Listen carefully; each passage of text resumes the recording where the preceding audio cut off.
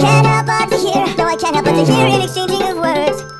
What a beautiful wedding, what a beautiful wedding, says a bridesmaid to a waiter. But what a shame, the poor groom's bride is a whore.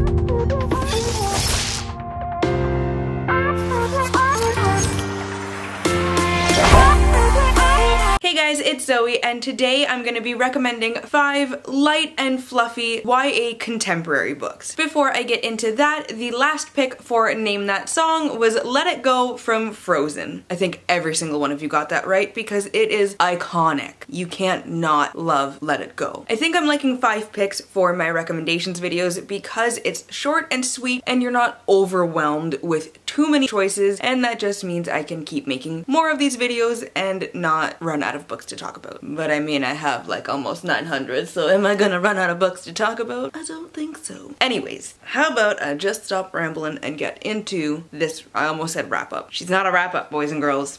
She's a recommendations. Let's just do this. The first book that I have here is one of the cutest books I've ever read. I still just squeal a little bit when I think about the first kiss scene in this one. It's heartwarming and wholesome, and I love these characters so much. This one is Simon vs. the Homo-sapiens Agenda by Becky Albertalli. This book follows Simon, a gay teenager who is not yet out of the closet. However, the wrong person finds out about Simon being in the closet, and he's blackmailed into helping this guy date Simon's friend. If he doesn't, he'll out him to the entire school, which is like the biggest dick move in the entire world, and I hate this character so much.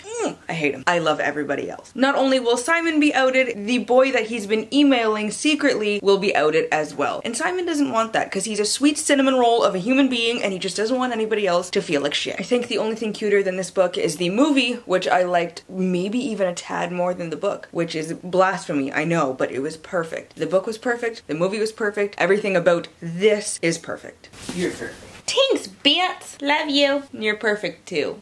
Anyways, the next book I have is one that I put off reading for way too long, and then one of my friends forced me to read it, and I will be forever grateful because this is one of the books that I've identified most with that I've ever read, and it's just, if you're a fangirl, you need to read this one, which is, surprise, Fangirl by Rainbow Rowell. Rowell? Like towel. Yes, Rowell. And J.K. Rowling, like bowling. See, I know things. I'm smart, I hope. Anyways, this book follows a girl named Kath, who is a Simon Snow fan to the extreme. Simon Snow is basically Harry Potter, so like, can you blame her? No. The Simon Snow series has basically taken over her entire life, reading it, rereading it, writing fan fiction, just the whole shebang with it. I said shebang. Curtis!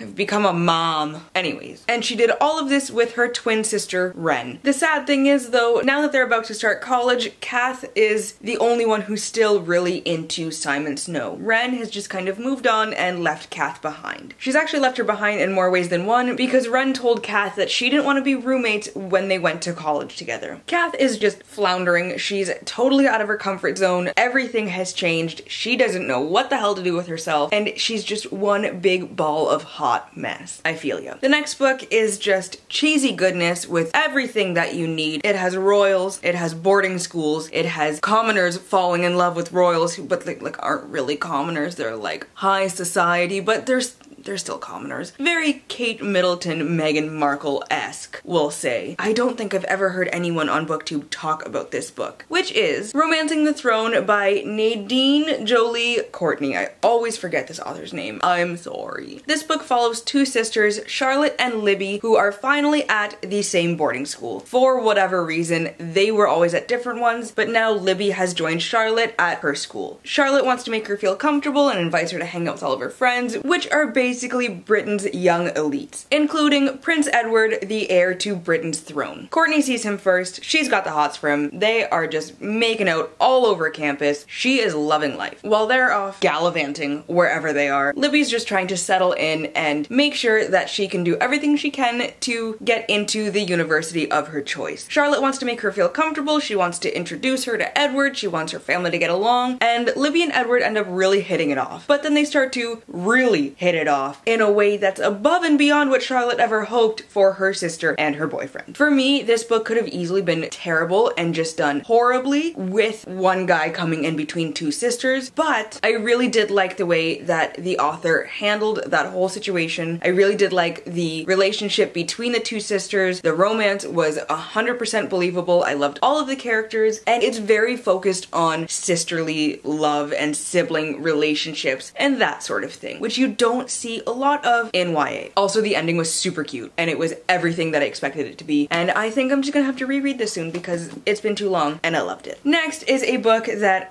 you should read just because of the animals on the cover. It's covered in dogs. This one is The Unexpected Everything by Morgan Matson. It has dogs on the front, it's got floofs on the back, they're everywhere. What more do you need? It could have been the worst book in the entire world, but dogs, so it's okay. But it does have a very creepy picture inside the dust jacket. So is it really okay? Yeah, it's still okay. Mostly because of the floof snout right in there. That makes everything okay. Honestly, could have gone with any Morgan Matson here, but The Unexpected Everything I think is my favorite one out of the books she has out so far. This book follows a girl named Andy who is a politician's daughter with everything figured out. All of her summer programs, her internships, basically everything for her future is planned to a T so she can get into the college that she wants to. Except, when does life ever work out like that? It's actually really true. Life is what happens when you're busy making other plans. So maybe don't plan everything so much and you won't be disappointed when all your plans fail. Thanks for coming to my TED Talk. Anyways, she doesn't end up getting into the internship that she wants to, and her summer is left wide open. So she does what any sane person would do. She becomes a dog walker and fills her house with dogs because that is the only way to spend your summer. If I could just be in this all day long, I'd be a happy person. Andy, you got your shit figured out, girl. I'm jealous. I mean, I guess there's another big thing that happens too with a boy coming into her life, but like, are boys really important when dogs are around? No? And I mean, Kurt understands that. Anyways, there's a boy. He shows up. Things happen. The dogs are still there. The last book that I have here is one that was actually super cute. I wasn't expecting to love it so much. I thought it would be just like, but it was actually adorable and it was wonderful. And this one is Little Black Dresses, Little White Lies by Laura Stampler. Yeah, Laura Stampler. I love this cover. It's one of my favorites. Everything about it is amazing for no particular reason, but it just all works so well together. This book follows a girl named Harper who has always wanted a little bit more than her sleepy suburb. So she is ecstatic when she gets her dream internship at a magazine as a dating blogger. She gets to move from Northern California to New York City and live out every single one of her dreams, except for one tiny, teensy little problem. She has a grand total of 0 dating experience. 0. Everything that she wrote about to get this internship is actually her best friend's experience. It would have been a totally different story if she had told her best friend that she was using her stories as her writing material, because inspiration, why not? However, she played it off like her own and never told her best friend. Why? Couldn't fucking tell you. So obviously everything's gonna blow up. However,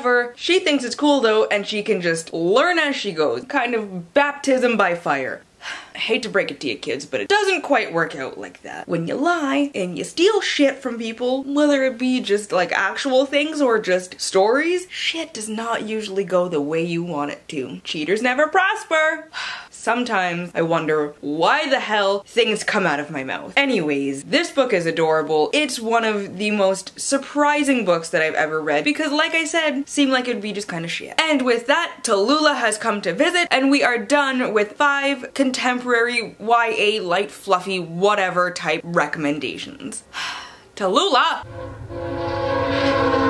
Bye! Let me know down below in the comments if you've read any of these and what some of your top contemporary YA light fluffy lovey-dovey type recommendations are. I should come up with a better way to say that, but like, too late for that now. As always, to stay updated with my current reads and how I'm feeling about them, you can follow me on Instagram, Twitter, and Goodreads, all at You're a Book Nerd Zoe, which I will leave linked down below in the description box. If you like this video, please give it a thumbs up and subscribe, and I hope you all have a wonderful day and get at least a little bit of uninterrupted reading time. I'll see you in the next video. Bye! Why is my shirt coming off? Oh shit.